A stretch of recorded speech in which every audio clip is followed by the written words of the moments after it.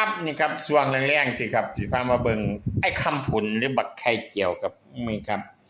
นี่บักไข่เจียวมันเมื่อยหลายครับไข่เจียวผมเมื่อยหลายผมไปวานป่าครับวานลงไปงุ้มแหมก็ลอยลงไปขี้คอผมพุ่นเด้อครับบักไข่เจียวเนี่ยมันเมื่อยหลายมื้อนี้คือเป็นผมลงงมป่าก็ลงไปน้ำผมครับดีว่ามันงมมุดงมป่าบ่ได้เท่านั้นแหละครับก็ลอยลงไปขี้คอผมพุ่นบักไข่เจียวครับ มีสองซื้อครับร้านก็ตั้งซื้อให้มันไข่เจียวยาส่วนย่ายหอมบักคำผุนครับครับวันนี้เพิ่นเมื่อยหลายมื้อนี้เพิ่นว่านแหในเพิ่นก็ต้องร้อยลงไปผมงุ้มปลาอยู่ก็ได้ต้องไปขี่คอพุ่นล่ะครับบ่ได้ถ่ายภาพให้เบิ่งผู้นักพันธุ์บีเกิลนี่โอ้มันหักเจ้าของเนี่ยมันเมื่อยของมันหลายเนาะว่ายน้ำอยู่ผมขี่คอผมพุ่นอยู่ครับคันมันมุดน้ำงมปลานี่ก็สิมุดอะครับเมื่อยหลายมันสิบักไข่เจียวผมก็ได้อืม